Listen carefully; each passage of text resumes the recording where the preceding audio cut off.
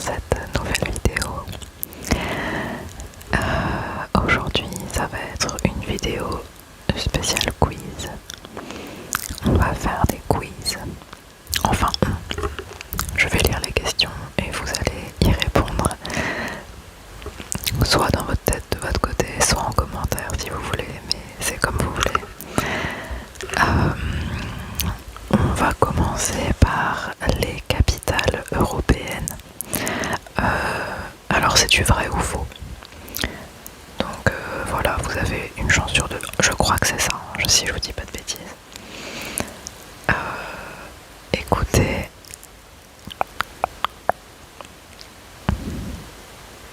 C'est parti.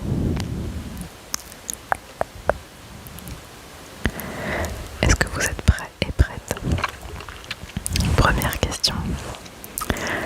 Bratislava, en Slovaquie, est l'une des rares capitales au monde qui partage une frontière avec deux autres pays souverains. Est-ce que c'est vrai ou faux? Vrai ou faux? Je vais la relire une deuxième fois. Bratislava, en Slovaquie, est l'une des rares capitales au monde qui partage une frontière avec deux autres pays souverains. Vrai ou faux? La réponse est vraie. C'est vrai. Les limites de la ville de Bratislava partagent une frontière avec l'Autriche et la Hongrie. Il s'agit de la plus grande ville de Slovaquie et de l'une des plus petites capitales d'Europe. Deuxième question. La City de Londres, en Angleterre, est la plus petite ville du pays, même si elle en est la capitale. Vrai ou faux? Vrai ou faux? Je répète. La City de Londres, en Angleterre, est la plus petite ville du pays, même si elle en est la capitale. Vrai ou faux? La réponse est fausse. Aussi surnommée Square Mile, la City de Londres abrite 8000 âmes. Toutefois, il s'agit seulement d'un district municipal, à ne pas confondre avec la métropole de Londres, la capitale du Royaume-Uni et de l'Angleterre. Question suivante. La statue la plus célèbre de Bruxelles, en Belgique, est un garçonnet qui fait pipi. Est-ce que c'est vrai ou est-ce que c'est faux? La statue la plus célèbre de Bruxelles, en Belgique, est un garçonnet qui fait pipi. Vrai ou faux? La réponse est vraie. Le Mannequin Peace est une sculpture de bronze de 61 cm qui se trouve au cœur de la ville. Elle aurait été fabriquée en 1618 ou en 1619.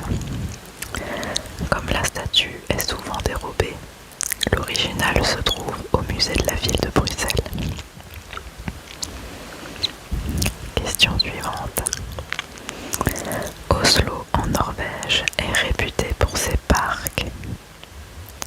Vrai ou faux? Oslo, en Norvège, est réputé pour ses parcs. Vrai ou faux? La réponse est faux.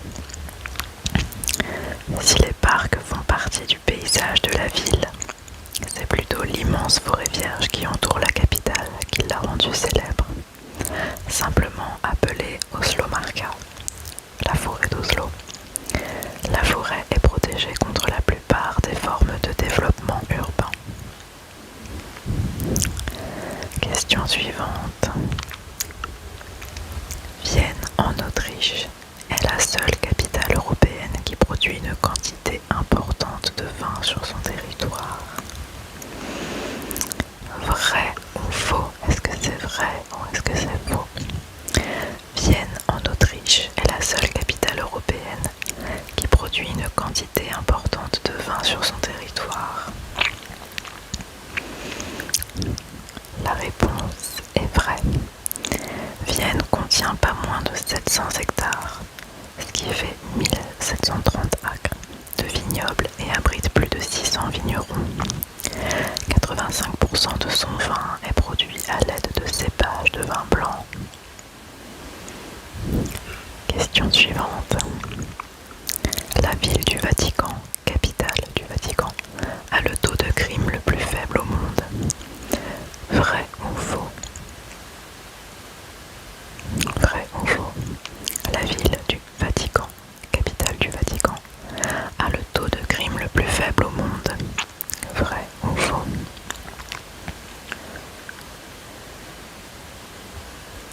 La réponse est fausse, puisque le Vatican n'abrite que 1000 résidents officiels et son taux de crime est le plus élevé au monde, puisqu'on y commet plus de crimes par personne que dans n'importe quel autre pays. Oups, pardon. Pardon, je reprends la vidéo. J'ai reçu un appel que je pensais important et en fait, c'était un spam. Voilà, je me suis fait avoir. Donc, ces crimes sont généralement des vols à l'étalage, à l'arraché ou à la tire. Question suivante. Madrid a toujours été la capitale de l'Espagne, car cette ville se trouve au centre du pays. Vrai ou faux? Madrid a toujours été la capitale de l'Espagne, car cette ville se trouve au centre du pays. Vrai ou faux? La réponse est fausse. La ville de Tolède, juste au sud-ouest de Madrid, était autrefois la capitale espagnole. Madrid a repris ce titre dans les années 1500. Question suivante. Édimbourg n'est pas seulement la capitale de l'Écosse, c'est aussi la ville la plus écolo du Royaume-Uni. Vrai ou faux? Vrai ou faux? Édimbourg n'est pas seulement la capitale de l'Écosse, c'est aussi la ville la plus écolo du Royaume-Uni. Vrai ou faux? La réponse est vraie. Regorgeant maintenant de parcs et de monuments historiques, Édimbourg était autrefois surnommé Old Ricky. Sûrement que je prononce mal. Ça s'appelle A-U-L-D-R-E-E-K-I-E.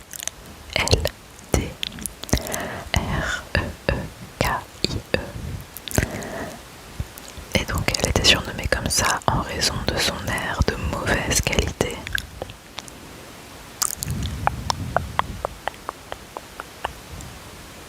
Ah mais donc c'était vrai ou faux? Oh là là, je sais plus, j'ai cliqué, je peux pas revenir, pardon. Question suivante. Si vous avez suivi, dites-moi. Birgu, surnommée la Victorieuse, est la capitale de Malte. Elle a une population d'environ 2500 habitants. Vrai ou faux?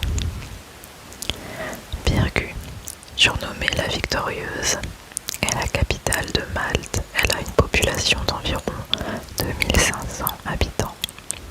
Vrai ou faux? La réponse est faux. La Valette, dont les assises ont été placées en 1566, est la capitale de Malte et est aussi la plus petite capitale d'Europe.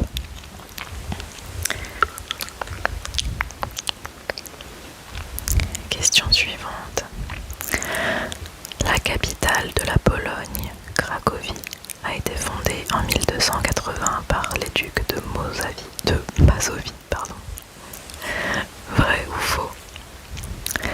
La capitale de la Pologne, Cracovie, a été fondée en 1280 par les ducs de Mazovie. Vrai ou faux? La réponse est fausse. Si l'histoire et la date de sa fondation sont exactes, la capitale de la Pologne est en fait Varsovie. Les ducs ont érigé un château dans la ville afin de contrôler le passage sur le fleuve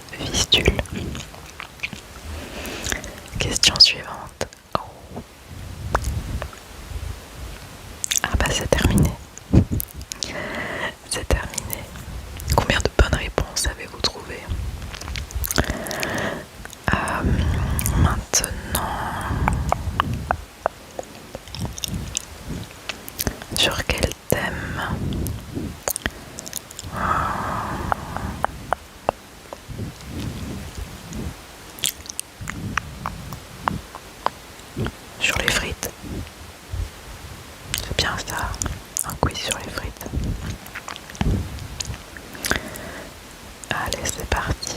Est-ce que vous êtes prêts et prêtes? Alors, première question. Les Espagnols appellent les frites patatas fritas. Patatas fritas. Est-ce que c'est vrai ou est-ce que c'est faux? Les Espagnols appellent les frites patatas fritas.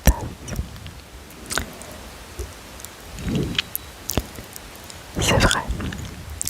Les Mayas ont d'abord nommé la pomme de terre papa. Problème, c'est aussi le nom du pape, El Papa. Les Espagnols ont alors rebaptisé la patate patata et les frites patatas fritas afin de ne pas offenser le pape. Question suivante. Le secret des frites croustillantes est de les faire tremper dans l'eau. Est-ce vrai ou bien est-ce faux?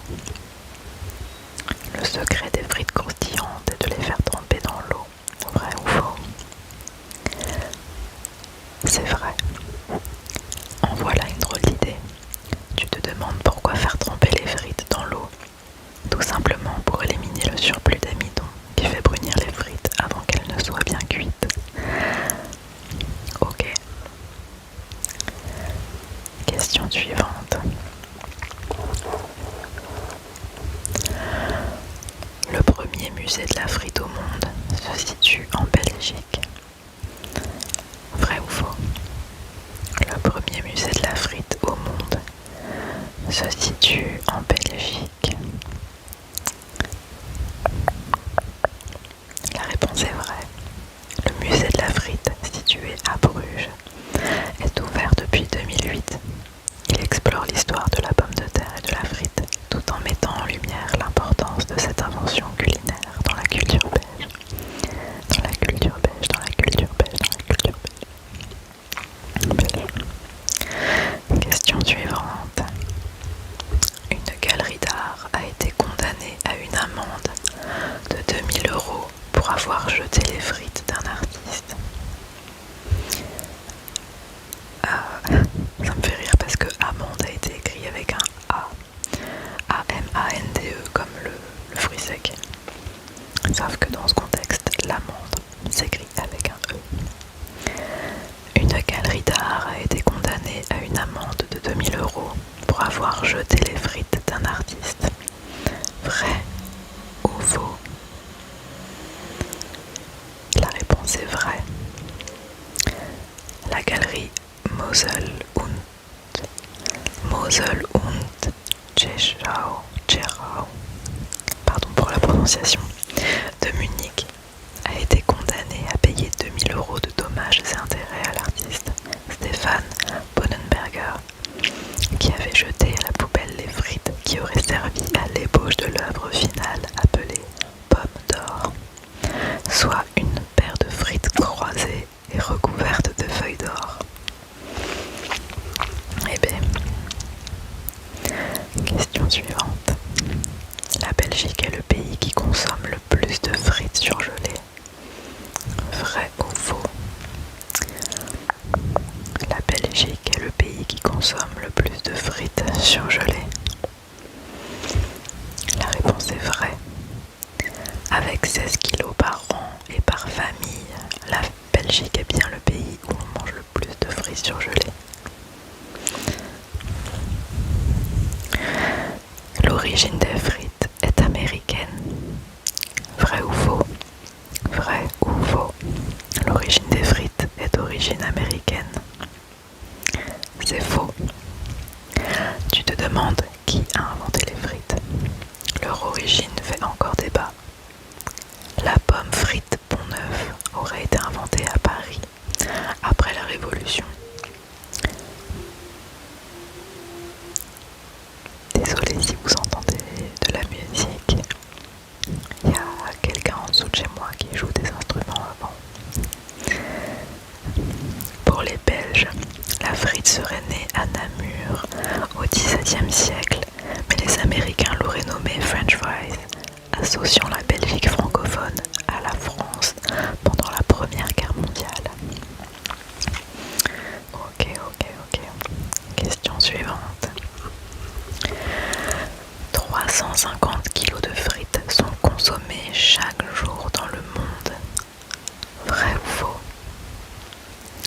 350 kilos de frites sont consommés chaque jour dans le monde, vrai ou faux?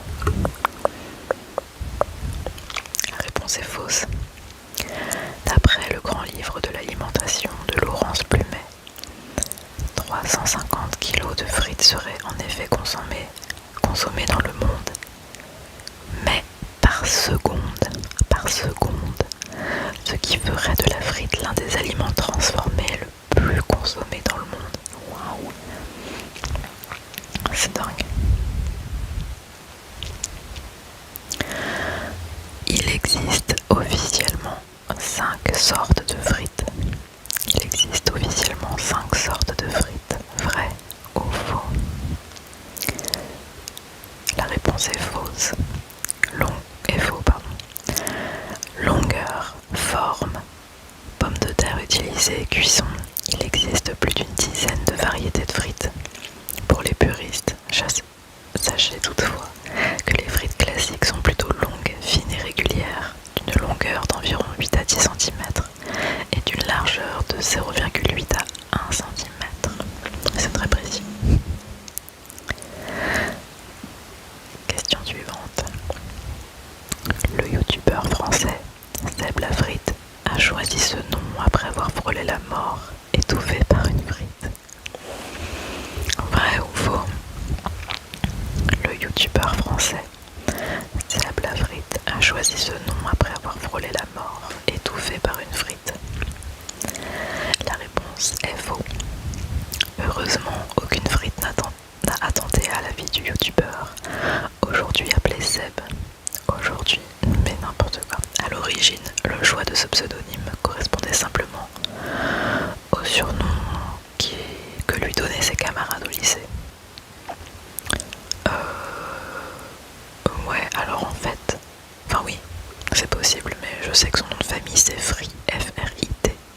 Et donc, je pense que son surnom vient effectivement de la frite. Ok. Question suivante, et c'est déjà la dernière. Une barquette de frites a été envoyée dans l'espace. Est-ce que c'est vrai ou faux? Une barquette de frites a été envoyée dans l'espace. Vrai ou faux? La réponse est vraie. C'est à Bruxelles en 2016 qu'un animateur de radio a envoyé dans l'espace une barquette de frites grâce à un ballon géant gonflé à l'hélium. Un petit pas de plus pour l'humanité. Un petit pas de plus pour l'humanité. Ok. On va peut-être en faire un troisième quand même. Un troisième petit quiz. Mais sur quel thème? Sur quel thème? La langue française. C'est bien ça.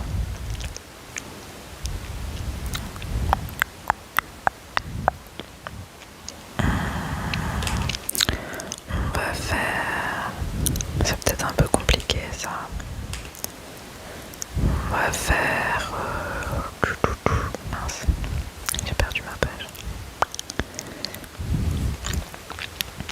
Est-ce qu'on fait l'orthographe, les expressions françaises, le vocabulaire, les difficultés en français?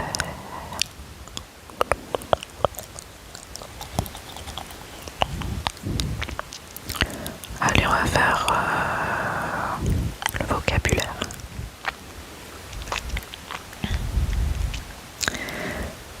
Vous êtes prêts et prêtes? C'est parti, première question. Le mot éolien signifie aussi étourdissement. Vrai ou faux? Le mot éolien signifie aussi étourdissement. La réponse est faux.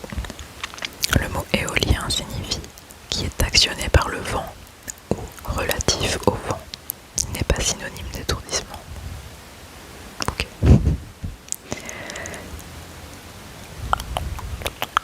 Prochaine question. Le mot quérulence, Querulence, désigne une maladie de peau des images avec, c'est immonde. À chaque question, il y a une image qui illustre le mot en question. Bref, c'est immonde. Le mot quérulence désigne aussi une maladie. Le mot quérulence désigne une maladie de peau. Vrai ou faux? C'est faux. La quérulence est la tendance pathologique à rechercher les querelles. Ah, c'est génial. Le mot cruciverbiste désigne les gens qui ont la phobie des croix. Le mot cruciverbiste désigne les gens qui ont la phobie des croix. Est-ce que c'est vrai ou est-ce que c'est faux? C'est faux. Un cruciverbiste est un amateur de mots croisés. Question suivante. À chaque fois je dis question suivante, mais c'est pas du tout des questions, c'est des affirmations, mais c'est pas grave. Bronchiste est le nom de la famille de grands singes arboricoles dont font partie les orang-outans. Vrai ou faux? Bronchiste est le nom de la famille de grands singes arboricoles dont font partie les orang-outans. Vrai ou faux? C'est faux. Bronchidés est le nom de la famille des grands singes arboricoles dont font partie les orang-outans. Les brongistes sont les joueurs de ping-pong. Prochaine question. Le mot mari avec 2 R signifie être fâché, être contrarié. Donc un mari peut être mari. Ah. Vrai ou faux? Le mot mari, qui s'écrit M-A-R-R-I, signifie être fâché, être contrarié. Donc un mari peut être mari. Vrai ou faux? C'est vrai. Le mot mari de l'ancien français, soit marir, soit SOI, plus loin MA2RIR, signifie être fâché, être contrarié. Une femme pourrait donc dire mon mari est bien marié aujourd'hui, ou un homme dire ma femme est mariée aujourd'hui. Ok, super. Prochaine question. Un sconce est un petit gâteau d'origine écossaise à la croûte brune. Vrai ou faux? Un sconce est un petit gâteau d'origine écossaise à la croûte brune. C'est faux. Le sconce est la fourrure de la moufette, à ne pas confondre avec scone, un petit gâteau d'origine écossaise à croûte brune. Question suivante. La vexillologie est l'étude des drapeaux et des étendards. Vrai ou faux? La alors je sais pas si on dit vexillologie ou vexillologie. Mais bref, c'est l'étude des drapeaux et des étendards. Vrai ou faux? C'est vrai. C'est l'étude des drapeaux, des pavillons ou des étendards. Ce mot vient du latin vexium, nom des étendards dans les armées romaines. Ok. Prochaine question. Les petites graines à la surface des fraises se nomment akènes. A-K-E accent grave N-E, akènes. Vrai ou faux? Les petites graines à la surface des fraises se nomment akènes. Vrai ou faux? C'est vrai. Les petites graines à la surface des fraises sont des akènes. Notez que le mot akène est masculin. Avant-dernière question. J'ai la réponse en plus. Les borborygmes sont aussi de petits parasites que l'on retrouve dans la poussière, les matelas, les oreillers. Vrai ou faux? Les borborygmes sont aussi de petits parasites que l'on retrouve dans la poussière, les matelas, les oreillers. Vrai ou faux?